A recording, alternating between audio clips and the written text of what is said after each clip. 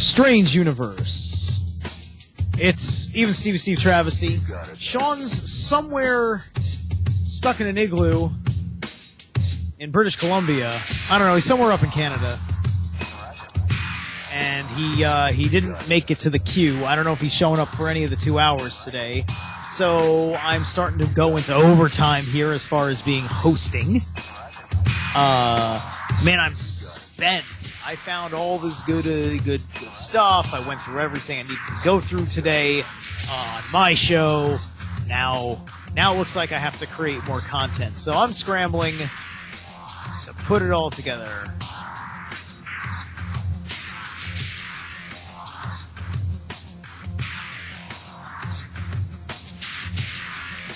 So, welcome to Strange Universe. If you want to call in today, I could certainly use you guys to assist me. So, 347-688-2902. 347-688-2902 and Freedom Screen on Skype. I want this to be a call-in show today. Because I'm spent on content. I mean, I can hunt down some more, but man, I was hoping to not have to keep on and on. You know, I wasn't even aware that Sean was out for the weekend. He was supposed to be here. He was supposed to be doing a remote as usual. He really needs to work on. You know, he needs to, wire in his laptop. He needs to go to places where he goes. He needs to bring an Ethernet cable with him if it's not one provided, and most hotels do provide one, and he just needs to plug in and do his thing. You know, he should be able to do it from his room, and why he needs to go to the lobby, I don't know, is beyond me. My imagination is that that's what he always tries to do when he could have the option otherwise. So I'm going to keep a lookout. Hey, want to join me on air? So right now I'm poking my nose around my various Skype contacts that are radio-friendly individuals, and going to see if I can get some sort of a roundtable-ish situation going. 1 to 2. And I'm just basically going to ask people, hey, you want to join me on the air? And like straight up, I'm just going to ask everybody, because I didn't have time to pull anything up, and even if I did, it would take me a minute to do it one way or the other. So just asking people, left and right, you know, old friends of mine, why not? Hey, Brett, 1, 2. So let me just get through this real quick. Do my best to make the rest of the show run well by giving it a bumpy start. Like I said, if you want to call in today, I want you to call in. I need you to call in. You have to call in. 347-688-2902 and Freedom Screen on Skype. All right. Okay. I might have Dennis Fecchio in the second hour. He's gonna try and help out by showing up in the second hour. Good man, and I thank him for the attempt, and hopefully that works out. We've talked about having Dennis Fecchio on the air to talk about a few things. Let's see. Hey, I want to be on the air for a little. All right. So, you know, I mean, I'm running through a bunch of people. Let's see. Susan, Sean didn't show. Want to come on air and talk about cruise. Let's see, I just contacted Susan Shumsky. I'm asking her if she wanted to hop on the air and maybe talk about the cruise and stuff like that. We'll see what we can do here. Hold on, I'm getting some various responses, and oh, hey, I got a caller. 1 second. There we go. Hello, 352. Who dat and where you at? Count from Florida. All right, what's going on? Was that Count? Count is the name? Yeah. All right, what's up, Count? Count? Thanks for calling in and helping me out. What's good with you? Nothing much, but what's this big thing about Windows 10? How many holes are there in it? In Windows 10, how many holes? God, probably a million. It's kind of like one of those intentional. Windows 10 is designed to be an intentional backdoor intrusion device for the sake of national security. That's Microsoft not even just being complacent, but being accessory to violations of the Fourth Amendment by giving something that the NSA, the FBI, the DEA, the whomever's investigating you, carte blanche without a warrant, infiltration into your personal devices. Double damn. I got the upgrade. Hmm. And I'm looking at it, and anybody that did download it, let me tell you, there's a search on the, I guess it would be the bottom bar next to the search. There's a search tool. It's called Cortana. To let Cortana do her best work, Microsoft collects and uses information including your location and location history, contacts, voice input, searching history, calendar details, content and communication history from messages and apps, and other information on your device. In Microsoft Edge, Cortana collects and uses your browsing history. You can always tinker with Cortana, remember in the notebook. Disable Cortana in Microsoft Edge or turn Cortana off entirely. Do you agree? That's what comes up when you hit the search on that bottom bar. Right. Yeah, Cortana is Microsoft's answer to Siri, and they named it Cortana specifically from the popularity of their Xbox game Halo, where Master Chief, the hero that you play in the game, has a AI whom you refer to for all of your mission details and aspects of story and plot development, whose name is Cortana, pops up as a little holographic lady on your piece and talks to you like a real person. And that's... I was always a PlayStation person, man. I never went for a Xbox or anything like that. There for online play, I preferred the Xbox 360, but my love of Japan puts me strongly in the PlayStation market as far as overall games are concerned, because there's a lot of really cool titles that I would prefer to play on a PlayStation. And the PlayStation 4, to me, looks better than the Xbox One. It also is less intrusive, has a better system, and is also, at least when it first launched, was $100 cheaper. It was a much better unit than the Xbox One was. But hold on just 1 second, Count. I've got two more guys that have joined me in this effectively open roundtable that I'm making the show today. We got Keith from Arizona and Ahmad Painter. Keith, you first. How are you, buddy? Thanks for joining me. I'm doing good. I'm a little tired. It's been so hot and miserable here, but I'm doing good.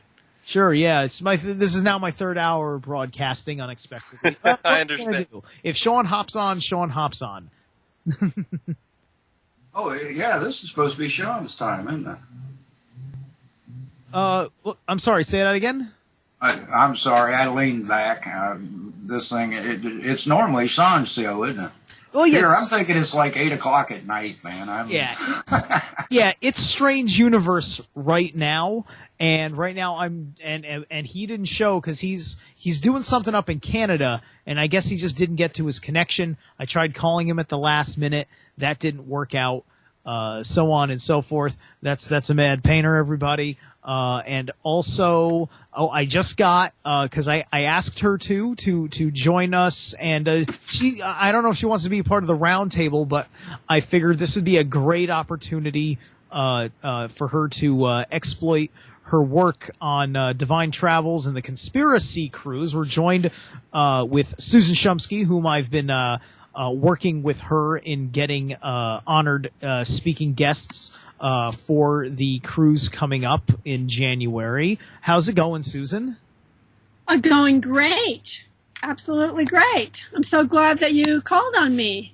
Yeah, for sure. If everybody could... We need a professional here. Yeah. So if everybody could for just a moment, I want to give Susan a chance to speak a little bit about the Conspiracy Cruise as just something good here to make some time work with everybody, and she's been harping on Sean to be promoting of it, and while Sean's away, I figured, here's an opportunity to do what Sean keeps forgetting to do. So, so Susan, please tell everybody about the cruise, how it's going. What it's all about, who's attending, what people can do if they want to join it, or if they want to sign up and ask you if they're the kind of person that may want to be speaking on it, kind of thing. Mm-hmm. Great. So we're having this Conspiracy Cruise. That's Conspira SEA Cruise. And that'll be January 24th to the 31st of 2016. It's sailing from Los Angeles to the Mexican Riviera, and it's on the Ruby Princess, which is a really gorgeous ship, and it has fabulous food and fabulous amenities. I mean, Princess Cruise Lines is really a step up from a lot of the other cruise lines, so it's going to be on a really beautiful ship, and it's going to the Mexican Riviera. That means it'll be going to Cabo San Lucas, Mazatlan, and Puerto Vallarta. Those are the ports of call. Once again, it's January 24th to the 31st of 2016. The website is conspiracycruise.com.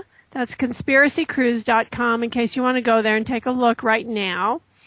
And you'll see this incredible lineup of speakers that we've got for this cruise. It's so awesome. We have Sean David Morton, of course. We have Danyon and Katherine Brinkley. I'm sure everybody knows who that is, but in case you don't, Danyon Brinkley is a New York Times bestselling author. He had these amazing near-death experiences. He's devoted his life to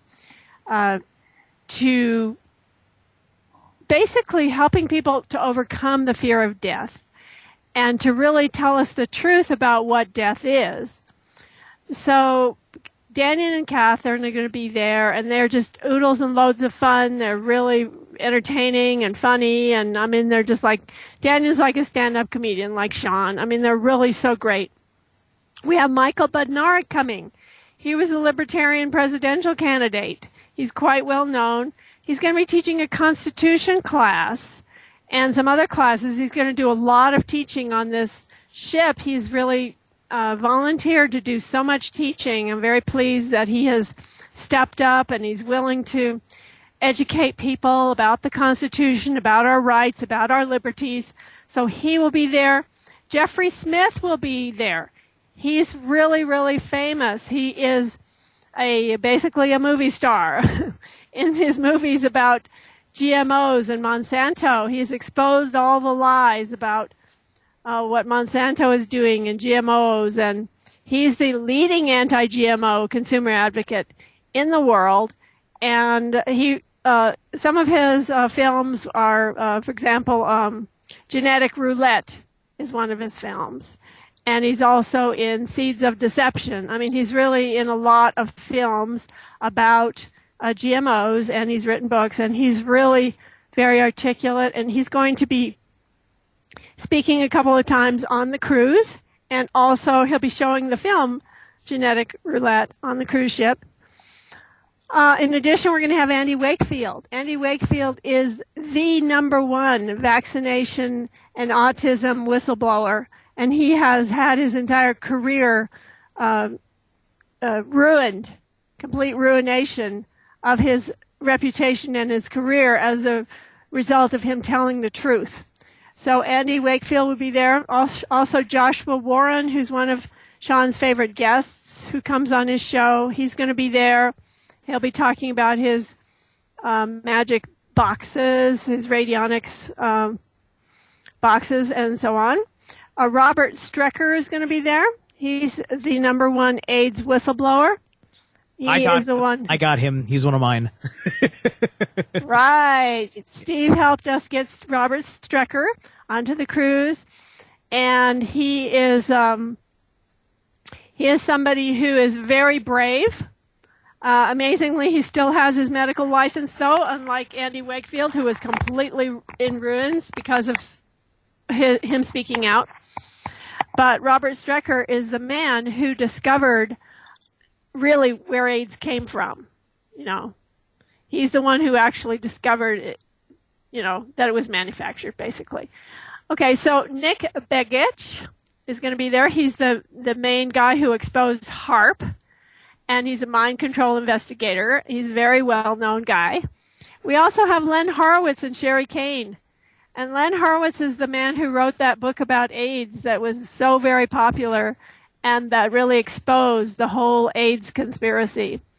And he and Sherry are big investigators and whistleblowers. Sherry is what she calls what is it called? Intel. I forget what you call it. But in any case, she's an investigator who Cointel something. She talks about how there's a conspiracy. Yeah, Cointelpro, is that what you call it? Yep. That's a conspiracy term. Exactly. Yeah, about groups that are basically infiltrating insurgent groups and are playing both sides against the middle, basically. Yeah, actually, she's the foremost expert on that particular subject, so she's going to be there. Sherry Tenpenny will be there. She's a really famous anti-vaccine activist, and she's going to also be there. Andy Thomas will be there. He's also a conspiracies investigator. He's actually the leading conspiracies investigator in England. He's the #1, and he will be talking about conspiracies and also about crop circles. Winston Shrout will be there. Winston is the #1 IRS and commerce guy who knows everything there is to know about the truth about commerce, money, IRS. He's a financial advisor. He's going to be there.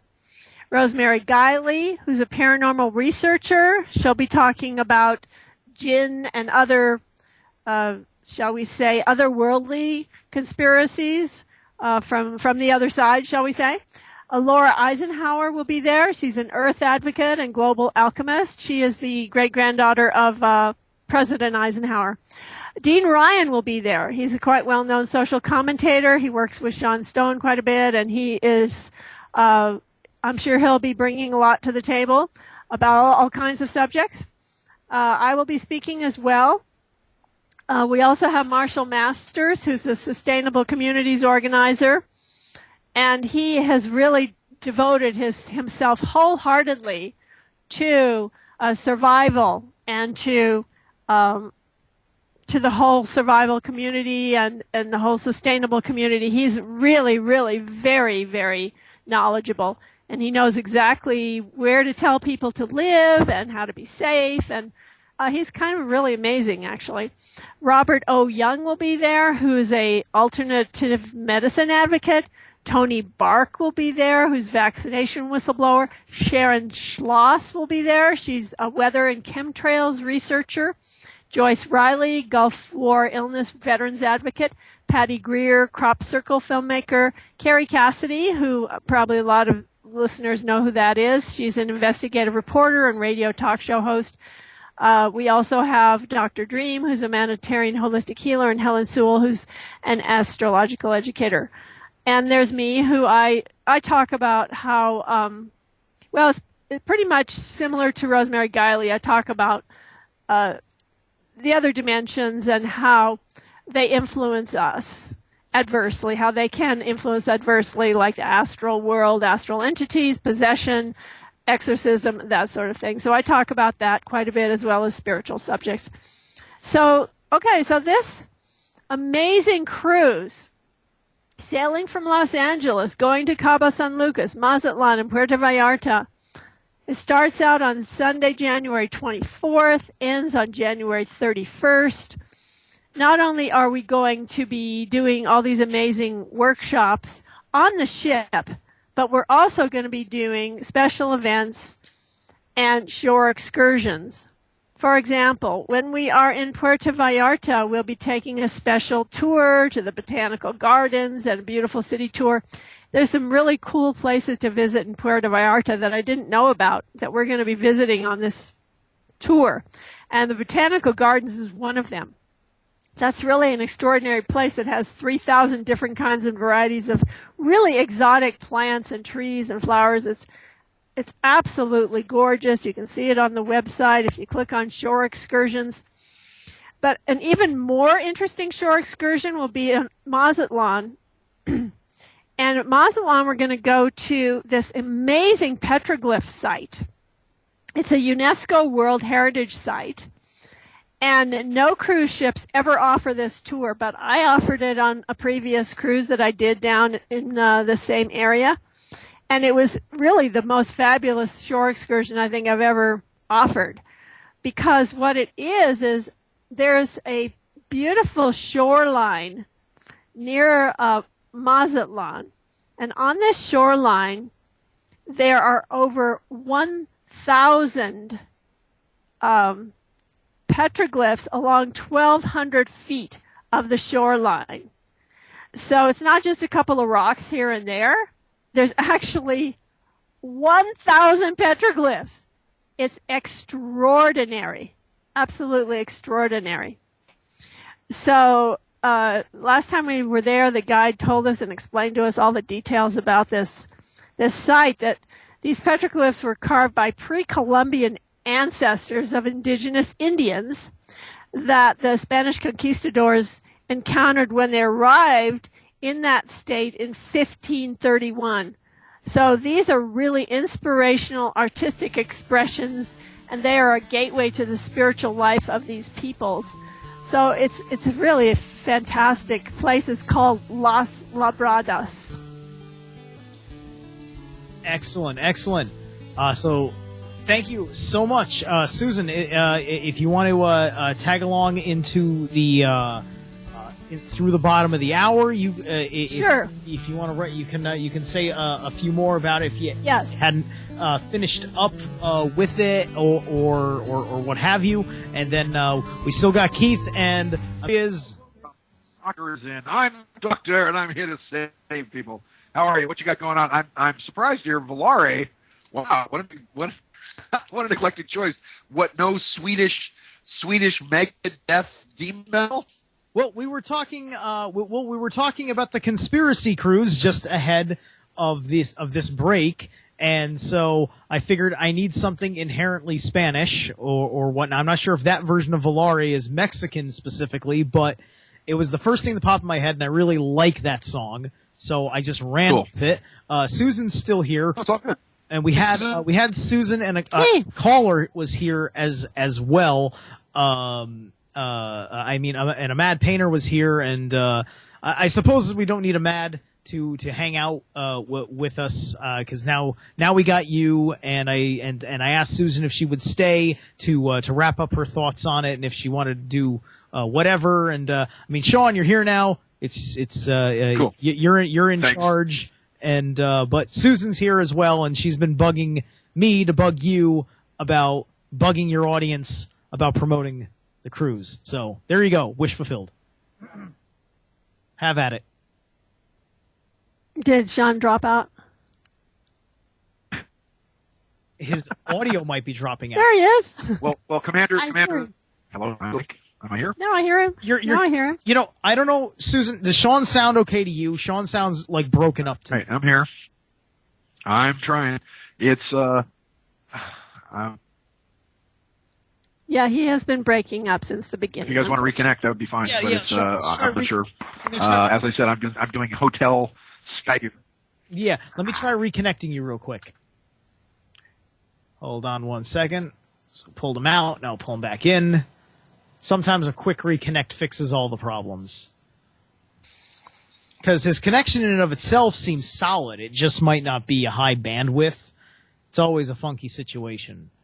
Yeah, he said he's in a hotel, so right. Maybe he's over. He's probably over at Disneyland. I imagine he's probably using one of those Macs that doesn't have an Ethernet connection, and thus he has to Wi-Fi it, and then he's dependent on like the Wi-Fi of the hotel, which is probably not great. Yeah. And now his connection is he's not reconnecting. Okay, well, meanwhile, do you want me to wrap up about the cruise? Yeah, wrap up about the cruise while I try to get him connected here, please. Okay, great. Okay, so we were talking about this Conspiracy cruise. That's Conspira SEA cruise. It's in 2016, and it'll be taking place January 24th to the 31st of 2016. We have all these amazing, really courageous whistleblowers, investigators, researchers who are going to be on this cruise. And we've got 3 amazing port stops. As I was saying, Puerto Vallarta is one of them. Also Mazatlan, where we're going to be going to this totally awesome petroglyph site. And the 3rd stop is Cabo San Lucas, where we're going to be whale watching. The last time I was in Cabo San Lucas and went whale watching, I've never seen so many. I mean, I just couldn't even believe how many whales there were. The whales were dancing. The whales were flying. The whales were waving their tails and saying hi. The whales were jumping up and down with their entire family. They were doing every trick in the book. And I was just completely flabbergasted the last time we went on a whale watch in Cabo San Lucas. So, you know, this is also really tons of fun. It's really awesome if you've never seen whales in the wild before. It's a really cool thing to experience. So the website for the cruise is conspiracycruise.com. That's conspiracycruise.com. And you can find out all the details there. You can register there. And we'd love to have you with us. It's going to be really tons of fun, but also extremely educational. These speakers are awesome. So really, I hope you will join us on this cruise. Excellent. Sean is still struggling to connect real quick. You heard him kind of like breathing for a second in the backdrop. So we'll get it all going. Okay. So that's all excellent. And so let me tell the people a little bit more about some of the things in case they just joined us on the show. So Jeffrey Smith, he is an internationally best-selling author, an award-winning filmmaker. He's the one who created Genetic Roulette, and he wrote, that's a really famous film, Genetic Roulette, The Gamble of Our Lives, which is about, am I still on I'm not on the call. I got ejected now. No, you're here. Oh, I am on the call. Okay. You are on the call. I'm not sure. I am. Sure what you're seeing. All right. So Jeffrey Smith, Genetic Roulette, The Gamble of Our Lives. That was awarded Movie of the Year, and it was also awarded Transformational Film of the Year. This is a really mind-blowing film that he created about GMOs, exposing Monsanto, exposing GMOs. And he also wrote several books, including Seeds of Deception and Genetic Roulette.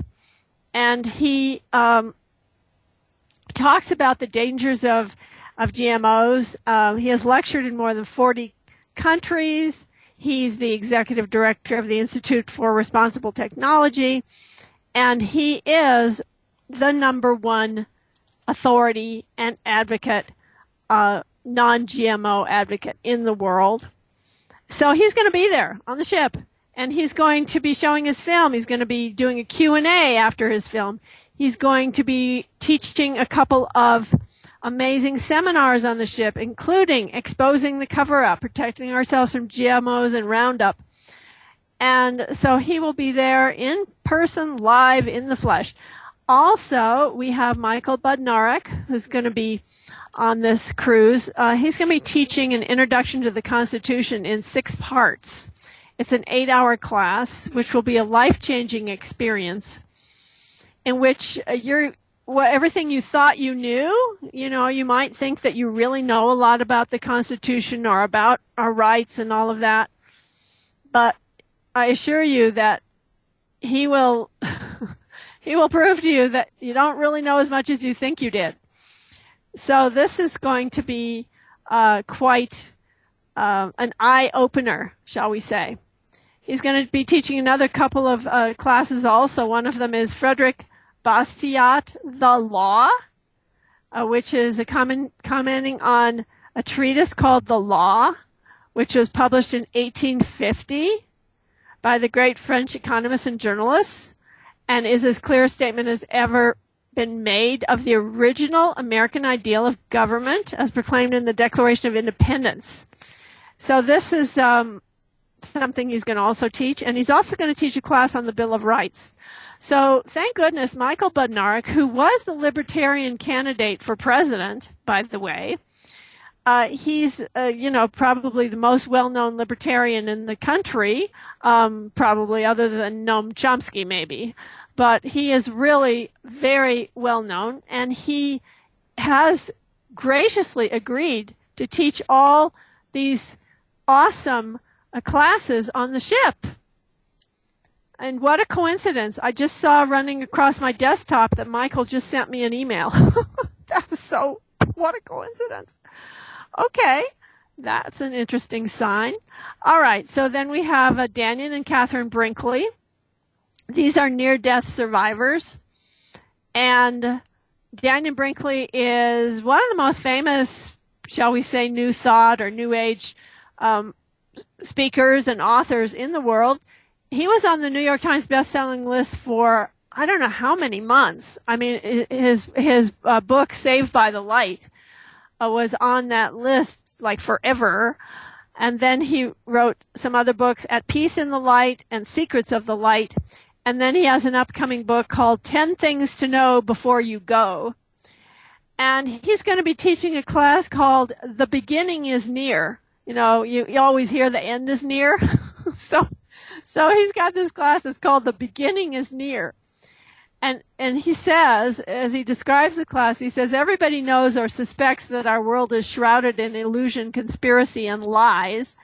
Danyon and Katherine Brinkley will attempt to lift the veil on many deceptions and delusions intricately woven into what we were taught to believe regarding who we really are, where we're really from, what we're really doing on Earth, where we're really going when we leave here, and so on.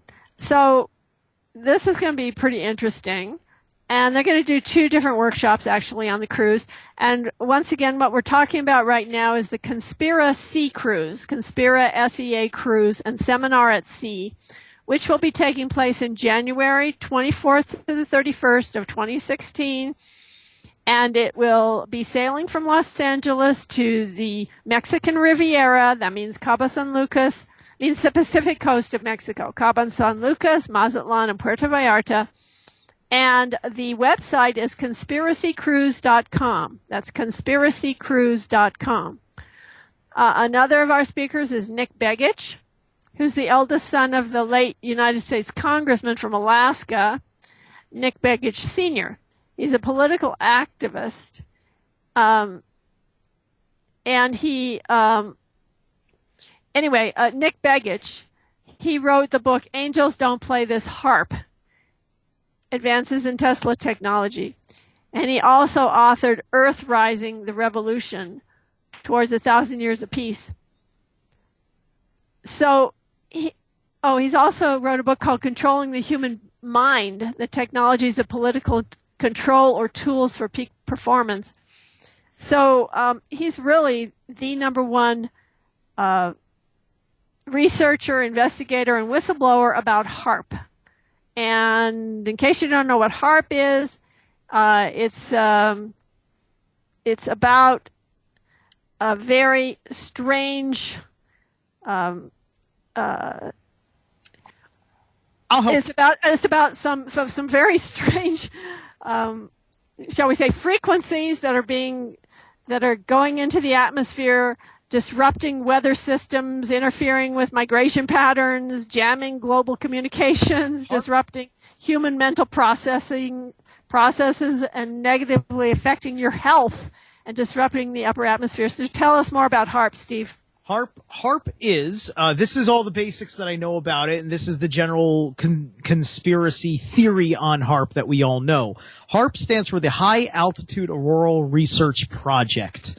And what it does is that it puts a microwave emission into the ionosphere. The surface explanation for the Haarp project, which is real, and the surface explanation for the Haarp project is studying the weather, but in reality, it is the weather dominator. So it's right out of a really, really cheesy episode of G.I. Joe, but it's actually the truth. It is the weather dominator.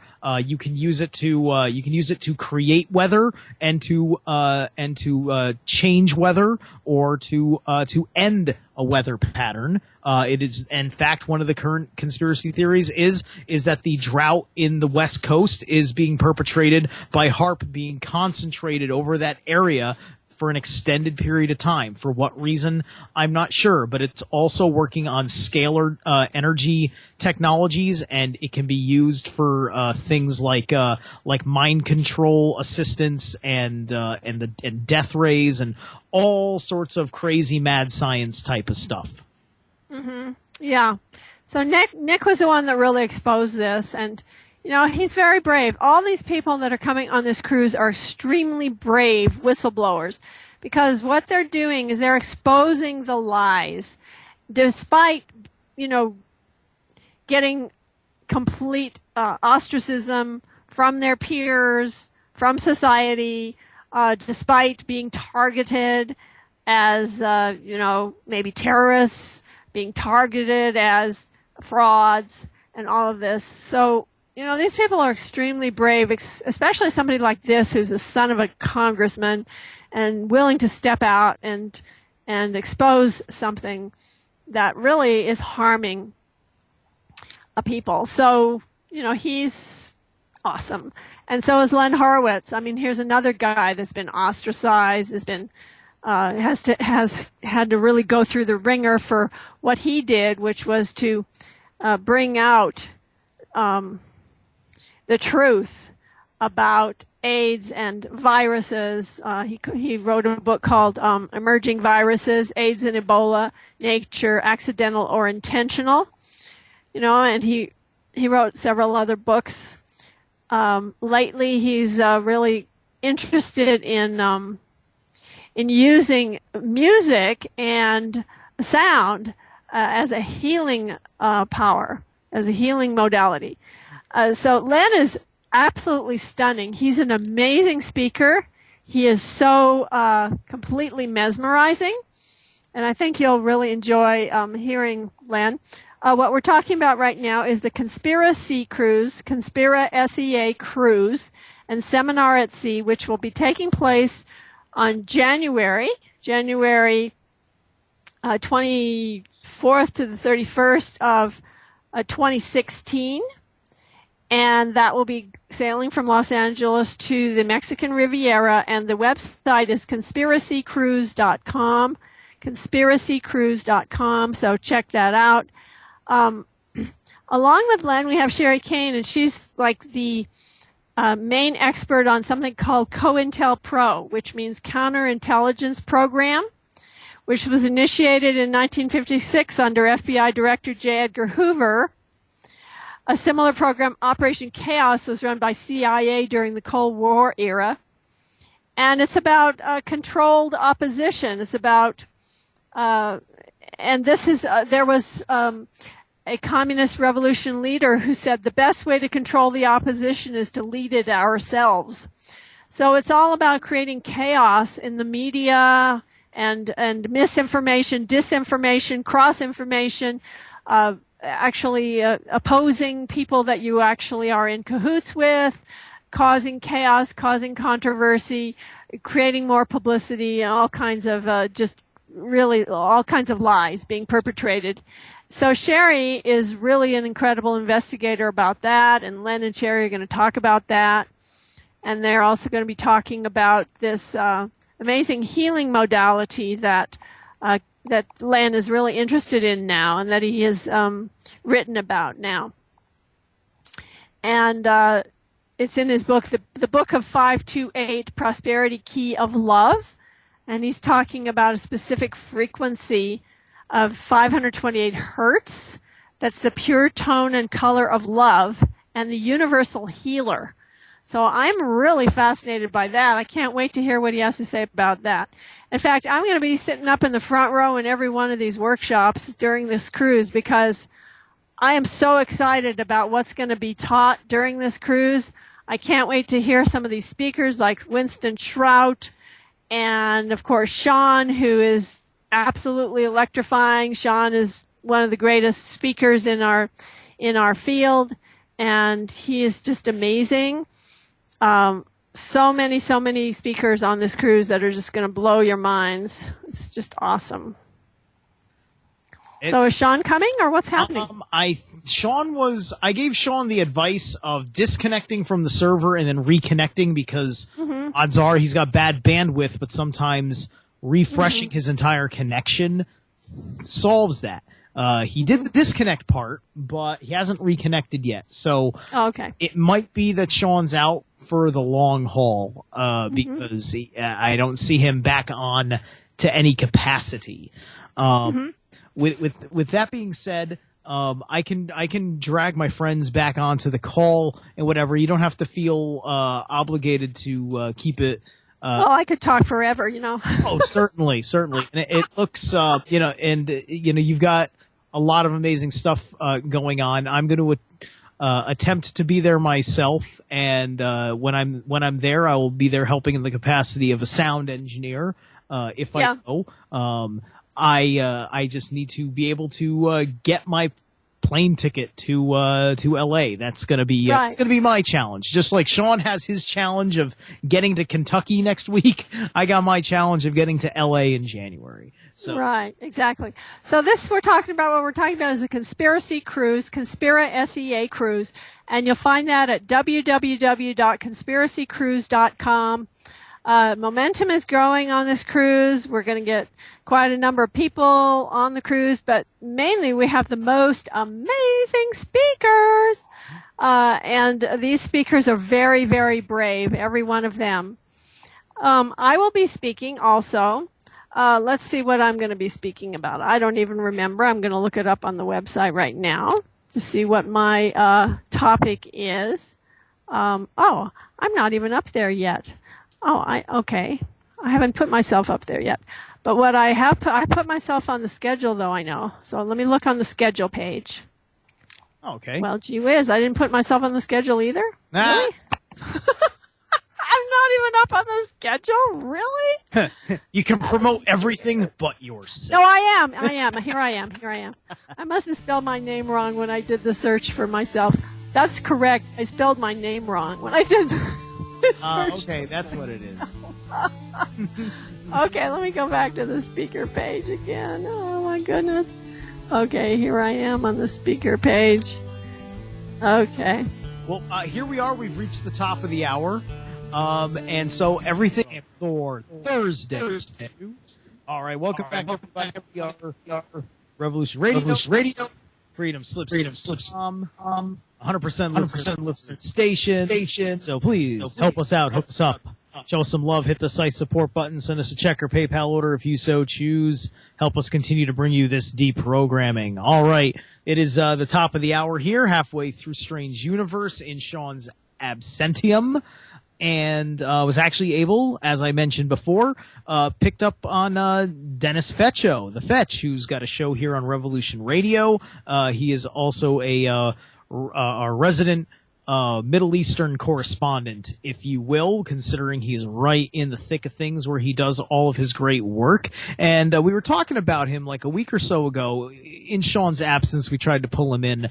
We were very fascinated as things have been unfolding in the Middle East recently, and wanted to ask him about it from his eyes and ears on the ground over there. And so, hey, Dennis, how are you? I don't think the Strange Universe crowd is intimately familiar with what you do, so why don't you introduce yourself as better than I just did, and then tell us about how things are going over there for you. Okay, hi. I hope that obviously we are coming to you live from Saudi Arabia. This is a temporary assignment. I'm actually from Los Angeles, everybody. And I moved to the Middle East about 2008, really permanently. And I specialize in telecommunications and aerospace. Well, telecommunications, aerospace, and defense. And then I have a show every Saturday, which does okay on at 10 o'clock a.m. Eastern, which is called Inside the Eye Live. And we try to bring you international geopolitics, U.S. domestic issues, and, of course, European. And it's a global show, so we deal a lot with, of course, European politics also. We focus a lot on a little bit of conspiracy politics, but a lot of, Greece coverage, Ukraine coverage, what I can talk about in the Middle East. I'm one of the few Americans that actually has gone into Iraq. I've been to Saddam's house, and that was as a private citizen and a guest of Iraqi's 4th Infantry. I've been here a long time, Steve. And my relations here have just become very good because in Amman you have it's like the crossroads where everybody comes, and so from there I'm able to meet quite a lot of elites in the region. I used to hang out actually with Jafari, who was the president, actually the prime minister of Iraq. I used to hang out with his brother for about a month. He was representative of a major German company, and he stayed at a major hotel. Don't want to give the details, but I hung out with him quite a lot during Ramadan, went out to dinner with him. He thought I was a little crazy, but at the end of the day, we had a great time together. So, yeah, I've had a lot of insights. I've met with deputy ministers of defense. I work at almost not quite the prime minister level, but I certainly do operate at just below that level and have relations pretty much within Saudi, Iraq, and Jordan. These are my main focuses. But not too much Dubai, not too much Qatar. But, of course, we have a lot of insights on this because, again, being in the region, we get a lot of things dropping by the earlobes, as we go about our daily. All right, Dennis, I don't mean to interrupt. Stick with us right here because finally got Sean reconnected. I believe he's finally back. They're just all savages up here in Canada. They don't know what's going on, so it's just okay. If you're in a hotel, and I had to talk to tech support guys to get here, so Gotcha. Sean, have you ever met Dennis Feccio? He's one of our hosts here. Sorry to jump into the middle of the conversation. I can't. I have not. How do you do, Dennis? How do you do, Dennis? Sean. You're somebody I catch when I'm sitting in bed, actually, just kind of like trying to drift off to sleep. I'm not saying I'm letting you put me to sleep, and you don't put me to sleep per se, but, it's that time of day. It's 2 a.m. in the morning here in the Middle East, so sometimes I'll put Freedom Slips on and just kind of listen to you as I'm drifting off to sleep because, hey, why not? Well, I didn't have that mute to put people to sleep, so it's I can't. It's all good. Sorry. Okay, all right. Well, sorry to jump in the middle of the conversation. Go ahead with whatever it is you were saying, and I can join in here somewhere if you'd like. Well, I figured I'd just hand it over to you. We're basically using Dennis as our Middle Eastern correspondent. He's in Saudi Arabia, so. Okay, so here's my question. I had a question from Lithuania, from somebody that said, are they, first off, I have to give a shout out to Paulina. I don't know why. Paulina in Minsk, so you're officially shouted out to. And the question was, are they bombing Syria again? That was her big question. Yeah, actually that happened today. The Israelis launched 2 attacks. One of those was actually on a military base. It's quite a bit in and would have nothing to do with what the Israelis are claiming they are going after. So they were also bombing the roads coming into Damascus. These would be roads you could take from Amman. If in the old days, Sean, we could actually go to Damascus and take a nice lunch, but that's obviously not until now. But yeah, these roads were hit today. These raids started at about 6:30 in the evening today, local time.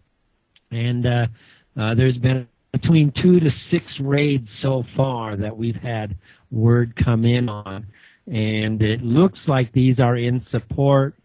Basically, they're relieving type of raids to help some of the rebels that Israel is helping to support. As you know, the al-Nusra, Jabhat al-Nusra, is largely operating in the Golan Heights, not so much ISIS. This would be Jabhat al-Nusra, and this is what the Israelis are supporting heavily. So we believe that these attacks were there to relieve pressure on some of the fighting going on with Jabhat al-Nusra down in Deraa and the Golan Heights. So what is the thinking here behind the Israelis backing what essentially are radical Muslims to topple Assad, who is considered relatively moderate, other than because it appears to me that ISIS is a complete creation of the American CIA and the Israelis, and that they're obviously running around in our tanks, they're running around with our weapons. So I mean, you're on the ground there, and this seems to be the final phase of what was called the Wolfowitz Doctrine, where Paul Wolfowitz just wrote a white paper in the early 90s where he said that the road to Damascus lies through Baghdad, and told Wesley Clark that the function of the United States military is no longer military operations, really, which is to kill people and break things, but to, in essence, create chaos. That if you see two Muslims stand on a street corner and they're joined by a third one, our job is to get in the middle of all of them and create chaos, to stop any sort of coalitions or anybody in the Middle East from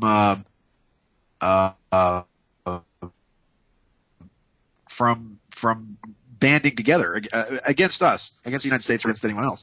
Is that so? The Syrian situation, other than a pipeline, Saudi Arabia through Syria up into Europe to compete with the Russians, doesn't really make a lot of sense to me. Other than maybe Israelis are trying to continue the creation of some sort of boogeyman that allows them to maintain their military-industrial complex. Any comments? Well, I mean, a lot of what you said is pretty much spot on. But for Israel, of course, their big concern is basically the Hezbollah. I mean, what they want to do is neuter Hezbollah. One of the ways to do that is to go through Syria. That's why Hezbollah has obviously come in so strong, because they understand this is existential to both of those operations, Hezbollah and Syria. So what you said's a lot. There's just a desire to create chaos here, like you said. Even Putin is saying we want no part of this chaos. This is all this is. He calls it even this new world order. He's even on this, and he's saying it's basically just an order based on chaos, and leave Russia out of it. We're not going to get that involved. They are involved in Syria in ways that are very helpful and supportive, but the Russians want no part of it either. They just came out of 100 years of chaos. They don't need it anymore. Right. Okay, Dennis. Any other parting thoughts on what's going on over there, or any solutions, or what do we see in the near future with what you see on the ground? Well, the near future, really, maybe there's another 6 month, I should say, to 1 year window for all of this to go on. Sorry, I don't know if it's me or Dennis that's breaking up. Yeah, I think it's partly Saudi Arabia. The internet's good until we bring in the network for some reason. I heard Dennis pretty clearly. So, Sean, I think it's probably you. Like, am I breaking up right now to you? No, not at all. Okay. All right. So it probably has something to do with the fact that everything is bouncing between you two in Canada and Saudi Arabia, and it's just the funkiness of it. Because here, where I am, Dennis sounds substantially better, and Sean, you sound okay. Okay. Sean, I travel all the time. I'm in a hotel myself now. It's difficult to broadcast from hotels, but we just have to do the best we can do. But anyways, we're talking about the future, guys. Really what's happening is, right. Saudi Arabia... Dennis, thank you so much for your time and your expertise. Oh, Sean, he was in the midst of answering the question about the... Okay. It's okay. Sean, thanks for letting me come on. Enjoy the show, guys. The future.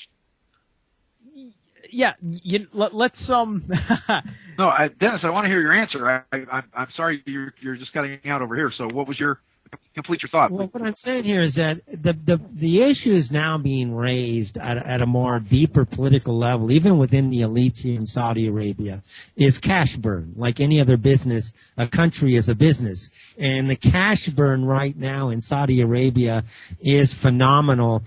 They burned through something like $90 billion in cash over the last 6 months. That's pulling down from their reserves. And so they're not going to be able to maintain the Yemen operation, the Syrian operation, and their domestic spending with oil at the prices where it's currently at. They're going to end up becoming a debtor nation if they don't start to prioritize their spending. So that is something that we're going to be watching very closely, especially listening on the political side over the next 6 to 8 months, because as new budgets come out and the planning comes out, we're looking for big changes once this new phase comes in. And I'm talking about the financials, the economics of what's going on with oil, which is, of course, a major revenue for the Saudi government. If I could ask a follow-up to that real quick, how does the Saudis in general, like either the people or the government or what have you, feel about? I heard today on the news something about oil possibly going to $30 a barrel. Well, yeah, I mean, there's talks also of it going down to 10. I mean, there's a big debate now within the elites here relative to what's happened with the price of oil. And really, the Saudis aren't a catch-22. The Americans don't care whether they destroy their water tables as long as they can pull out the oil. So you've got the fracking. Yeah, it's destroying the U.S. groundwater supply, but the Americans don't seem to care at a political level, and the people are pretty well neutered.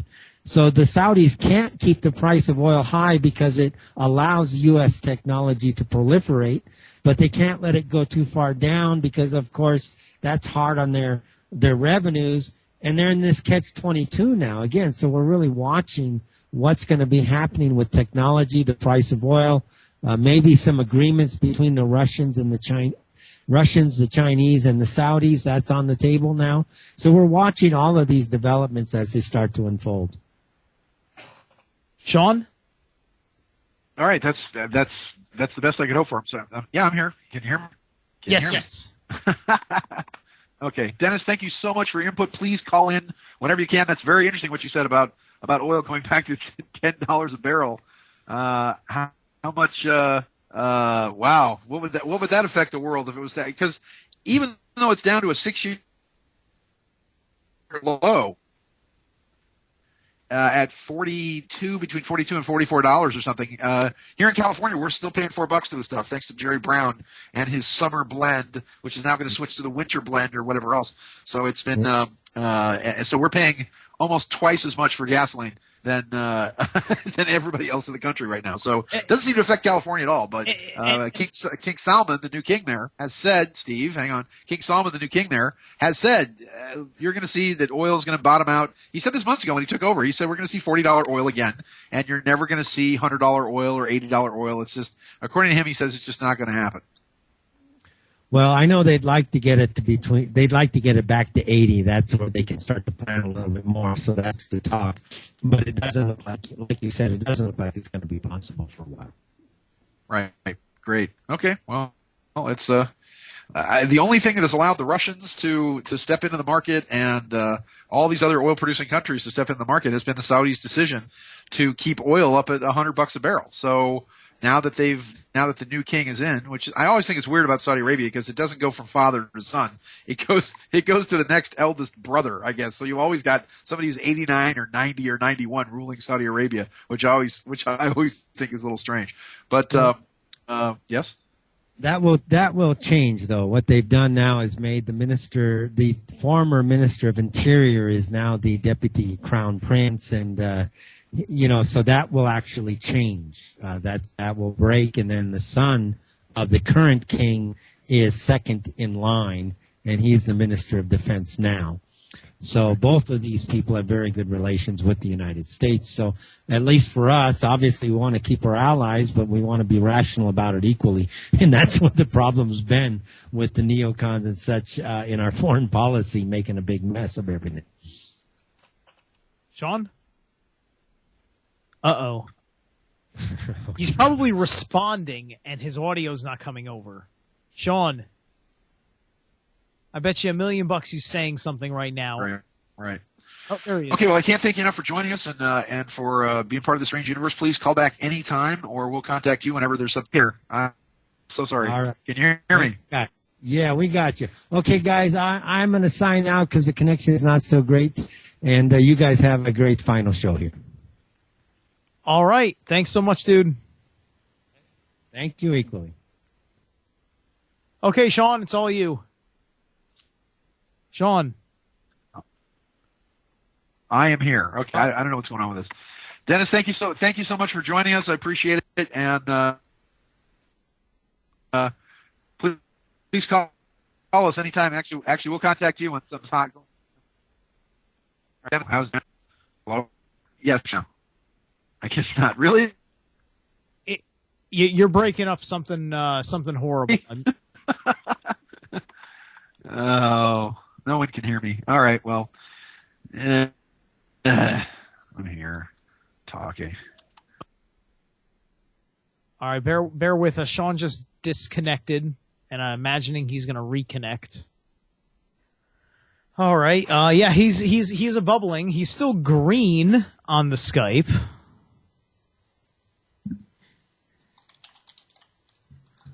Hold on a second.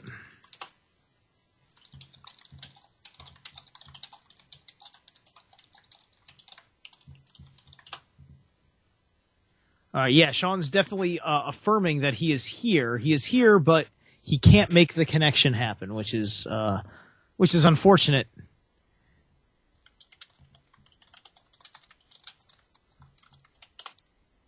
Let me try a disconnect and reconnect of everything. Hold on one second. All right. So I've started a new call, and I don't think. I don't think it's gonna work. Can you hardwire yourself to the network? And Sean is. I don't know. I don't think it's going to connect again. I mean, like, if it does, I mean, I don't know if it's going to be worth it. And I think it's really just got to be a wash. I mean, there's only half an hour left. So Dennis was kind enough to say, if Sean's not going to be able to get his connection straight, he'll come back on and we can chat a little bit longer. I mean, like, yeah, he's even calling me, and it won't even hit it up. So Dennis, thank you so much for coming back and helping us fill the time here. Most welcome. Great to be here, everybody. There we go. Hello? Oh, hey, you're back. Dennis? Again, I'm trying to cover for you, man. Okay, so You sound really good right now, Sean. So your Perfect. whatever you did is working great right this second. all right. Well, it's there you go. Okay. Well, Dennis, if you want to hang out, listen to some of the stories I have here. For example, here's a string. Because it's difficult with four of us on the line sometimes. And I know with hotels it gets spotchy. So let me drop the call. I'm going to go ahead and just listen to you live here with everybody else, and you guys just finish the show. All right. Thank you, boss. I appreciate it. Thank you for your help, and thanks for listening to the show. Apologies again. I flew in here fully expecting to be here on time. There was some kind of car accident where the people that were picking me up at the airport in Montreal got there late, and then there was the traffic in Montreal is not so good. I'm looking out my window now. Actually, I don't know if you can hear it or not. Hold on. But there's a huge street festival going on right outside my window. So I'm actually looking down on there's a huge stage that somebody's singing a song on, and it's got LED lights and a big screen behind it. And so I'm going to go out. It's really hot here. It's amazing how hot and muggy it is in Montreal when I got here. And of course then I came in and I was on tech support with, well, it's just Skype problems, which nobody should care about. One part seems to be, I'm looking now, one part seems to be a play. Then there's oh my goodness, there's a giant set of Ray-Ban sunglasses that people are actually sitting on. And then at the other end, this is right where my hotel is. I'm at the Hyatt here, and I'm speaking at the International Institute in Health and Spiritual Sciences. And I'm very sorry for the technical problems. We have, we have well over 1 million people who listen to the show every day, and to have these kind of Skype problems, I know it sounds very unprofessional. And of course, part of what I do is that people drag me around the planet and make me go talk to people. So I'm going to go, I'm going to go speak to a room of maybe a couple hundred people, and I'm very sorry that the well over 1 million listeners that listen to this program every day have been inconvenienced. Anyway, NASA has denied, because NASA, never a straight answer. NASA says there's not one shred of evidence for the claim of a giant asteroid hitting the Earth, but NASA denied viral internet claims that an asteroid will strike Earth next month, wreaking widespread devastation. I can also tell you that widespread internet claims are wrong almost 90% of the time. So it's not such a big jump. It's not such a big jump when NASA denies something that's an internet claim, because usually about 90% of the stuff on the internet is wrong. So if you doubt me, Google yourself sometime, or try looking yourself up on Wikipedia, where apparently you can get nothing down. It doesn't matter if you lie, if you cheat, if you steal. If you've got some enemy, they can post any crap they want up on Wikipedia. So the space agency noted that a number of web postings are erroneously, in quotes, claiming a disaster will happen between the 15th and 28th of September of this year. Well, there are going to be disasters happening, but I doubt it's going to be a asteroid hitting the planet. It's more going to be probably the beginning of an economic meltdown. As I said, this is just the beginning, because the real one comes right after the election in November. It's what I've been telling you for a while, but you're already seeing prognostications that I have been making. And whether or not it is me or whomever else is out there, one way or another, it's affecting the public consciousness. But you've already seen the stock market go down from a high of 18,000 down to about, I didn't see it today, but it was 17.3, 17.4, something like that, which is a pretty huge dump in the market. But the rumor mongers, that would be people on the internet out there, have said that the cosmic strike would hit near Puerto Rico, destroying parts of the U.S. Atlantic and Gulf coasts and Mexico, as well as Central and South America. Now, my question is also, people predicting an asteroid strike when they're not NASA and they don't have access to, equipment and giant telescopes. So whenever somebody says not only is an asteroid going to hit Earth, but we can give you the exact epigee and perigee, we can give you the exact orbit where it's going to hit. So conspiracy theorists suggest that the U.S. authorities were secretly making emergency plans for this impending catastrophe. But NASA said no known celestial object has any credible chance of hitting Earth over the next century. Now, that statement in and of itself is untrue, because NASA has made a series of pronouncements way back in the day that an asteroid would strike the Earth. They made a big announcement that life on this planet as we know it would end, I believe, in October of 2028. I think they did make a pronouncement at that time. I might also add that when book 3 of Sands of Time comes out, and I hope you're all patiently waiting for it, because we'll have a big announcement.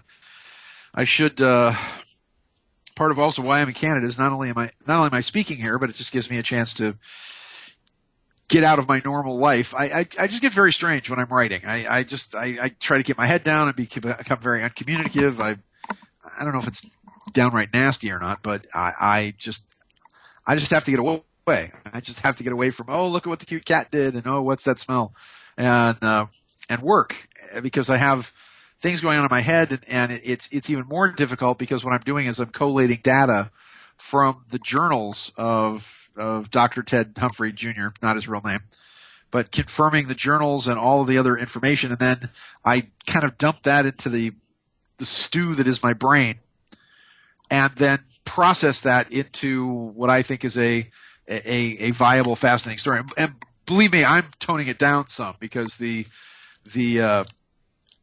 truth of what's going on this planet is, I think, more than people can handle, actually. It's the breakaway civilization that we're dealing with is just on the other side of that beaded curtain. So here NASA says there's no well, the reason I point that out is because when you realize that we have 3 Viper class, I guess you would call interplanetary fighters, and we have we have 4 Vipers, and we have 3, you would call them Constellation class battleships that I've seen. I've seen one of these with my own eyes, actually landing at Area 51. And this thing was about 1,600 feet from tip to tail. And it was coming in from space, actually creating what they called skyquakes. Look it up. Creating skyquakes. And they were trying to tell you there was 2 objects traveling at Mach 25 that were landing at Area 51. And I'm telling you, it was just one gigantic object that was creating these massive sonic booms that I felt in Hermosa Beach. I mean, it flew over my house, and the ceiling started shaking, and then the windows, and then the floor. And we turned on the news, and there's Bill Moyers on the news saying, back when he was the news guy, saying that these weird skyquakes were caused by an object that was landing at Area 51. And they had Kate Hutton for the USGS saying, oh yes, well, it's a Navy experiment or it's a military experiment, ha ha ha. And the military came on and said, oh, we don't know anything about it. We know nothing. We know, well, because they have no jurisdiction really over Area 51. But here NASA is saying there's no scientific basis, not one shred of evidence that an asteroid or any other celestial object will impact the Earth on those dates. Oh, on those dates. That's how they're hedging their bet. Says Paul Chodas, manager of NASA's Near Earth Object Office at the Jet Propulsion Laboratory in San Francisco. By the way, if you've ever seen the Jet Propulsion Laboratory, that just means he's got a desk in a corner. If there were any object large enough to do that type of destruction in September, we would have seen something by now. He said such doomsday stories seem to circulate all too often. In 2011, there were rumors that the comet Elenin would hit Earth. No. There were never any rumors that I heard of that it was going to hit Earth, that it was going to come between us and the sun, maybe blot out the sun for a period of time. But despite NASA saying it posed no danger, it did disintegrate harmlessly out in space. Now, the end of the Mayan calendar on December 21st of 2012 also sparked apocalyptic asteroid warnings online. Similar rumors spread this year surrounding asteroids 2004 BL86 and 2014 YB35. Both passed Earth in January and March without incident, just as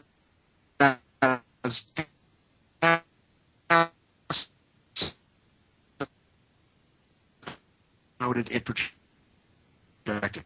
The space agency uses a variety of telescopes to detect objects passing within 30 million miles of Earth, and NASA's Near-Earth Object Program webpage lists asteroids predicted to pass our planet in the future. So, anyway, there it is. So it's so we're all not going to die. Isn't that nice?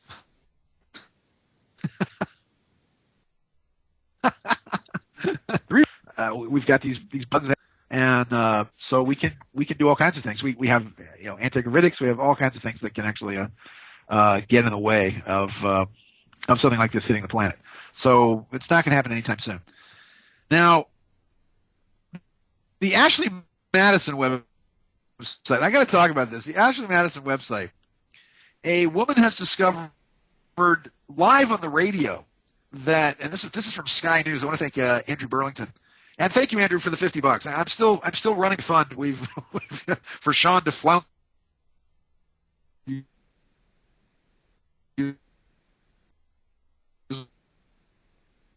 My wife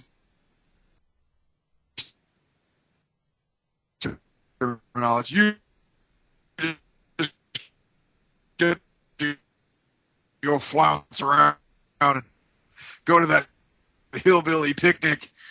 Yes, I'm going to the hillbilly picnic at strangeuniverseradio.com, or if you just want to earmark the funds. Thank the people that contributed yesterday, and I don't have the list in front of me other than Andrew Burlington. My double layered moo-moo. Sean, you're breaking up badly. I'm flouncing from place to place. So please contribute generously. I'm just, like I said, I need money for the ticket. I'm assuming once I get there, you can reconnect me or do whatever you want. How am I now? I'm afraid if I Yes, no? reconnect you, you'll not come back. Can you even hear me anymore? I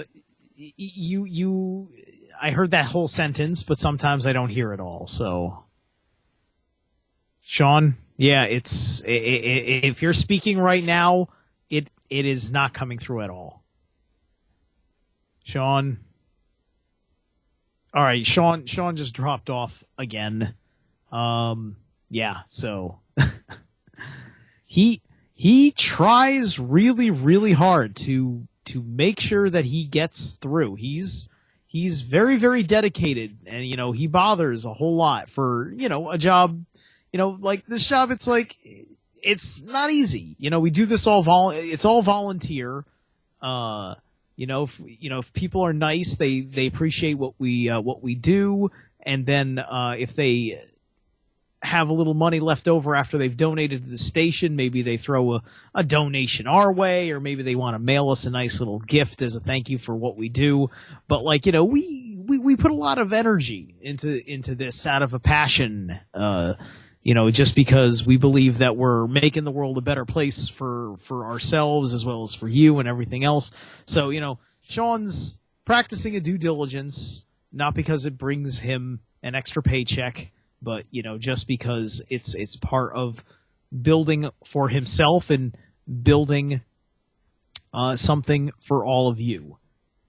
And so I don't know if he's going to have the ability to connect for the rest of the show. I mean, there's only 10 minutes left. And I definitely wanted to hear him riff on the Ashley Madison thing, because there's a lot of interesting stuff popping up on Ashley Madison, on this Ashley Madison story that I'm fascinated by. I'm dying to learn a little bit more because. All right, here I am. How am I now? I'm reconnected. Okay, it sounds good right now. Keep Just going. barely. Okay, there we go. I moved my my router. We only have a few minutes left. Anyway, a woman has discovered live on the radio that her husband had signed up to adultery dating website Ashley Madison. She called the station in Australia after suspecting that her husband was cheating because he had changed his work hours and reacted uncomfortably when he heard about the hacking of the site. Giving her name as Joe from Blacktown, she told Nova FM host Fitzy and Whippa. This can't imagine what a morning show in Australia looked like. When that little thing came on the news about the Ashley Madison hack, he sort of went a bit funny. Oh, that's not Australian. When Tommy Kangaroo down. So when that little thing came on about the news about Ashley Madison, I asked him straight out. He said, "Don't be stupid. We're married. We've got 2 kids." She said his work hours had changed, and he was now keeping a very close eye on his mobile phone. And before going on air, she had provided the host with her husband's email address, which they entered into an online searchable database to find out whether he was an Ashley Madison member. Fitzy revealed, "We're putting him into this website right now, and his details have revealed that he's actually on the website, Joe." She asked, "Are you serious? Are you freaking kidding me? These websites are disgusting." And the caller then hung up. Now, Whippa then said, "Oh, I don't know if we should have done that.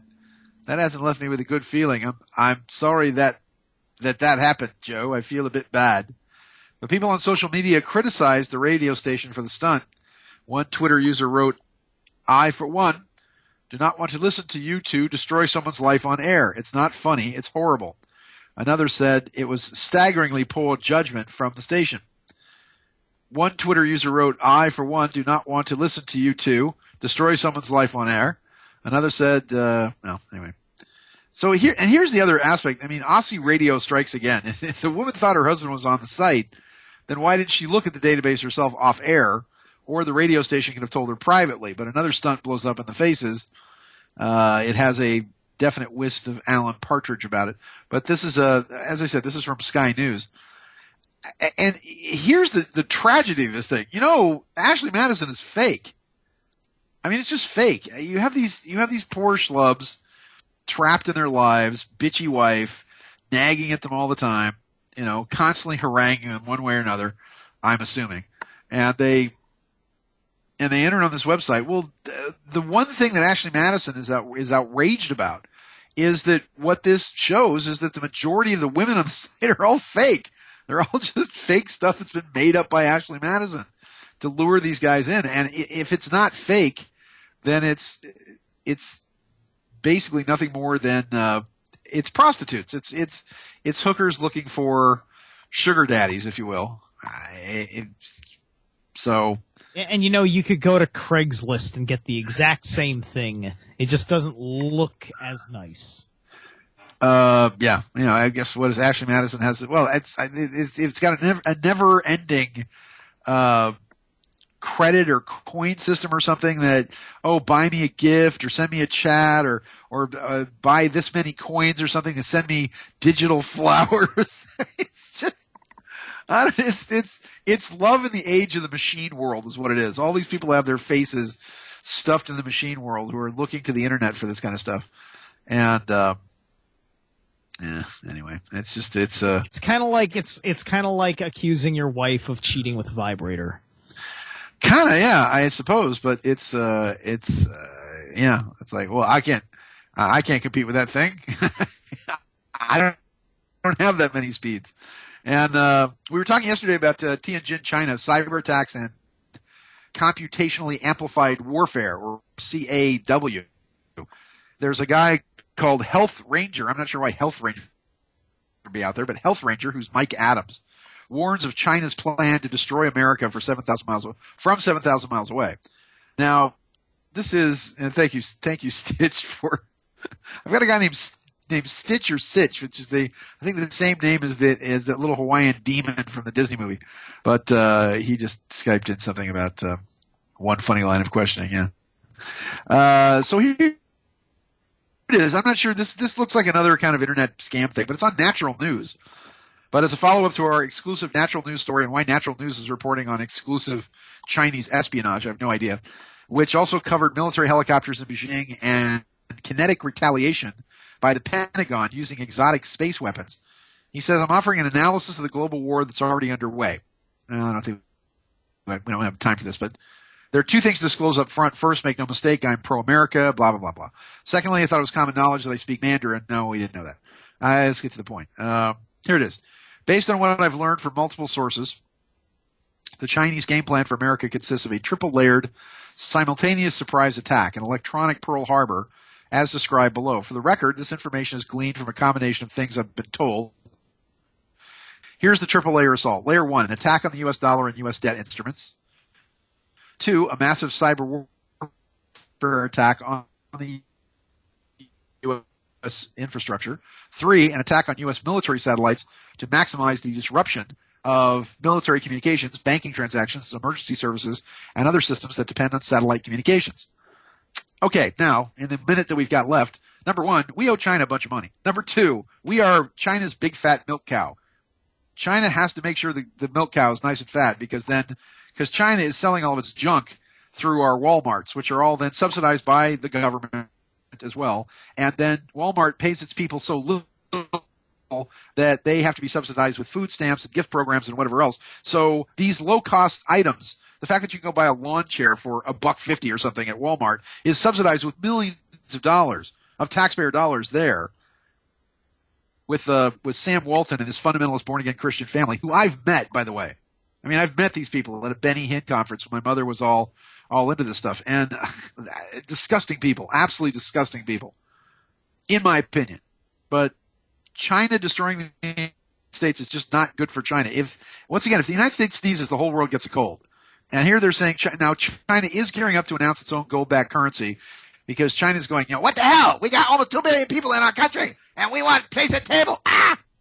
So this will be accompanied by a fire sale of U.S. debt on the global market, driving up U.S. borrowing costs across the globe, thereby accelerating America's Ponzi-style debt demise.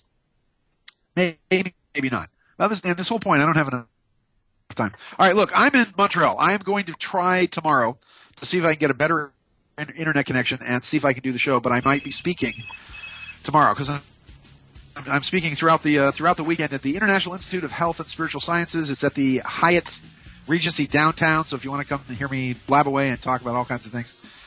Meanwhile, please contribute. Like I said, I still need about $300 to be able to cover my ticket.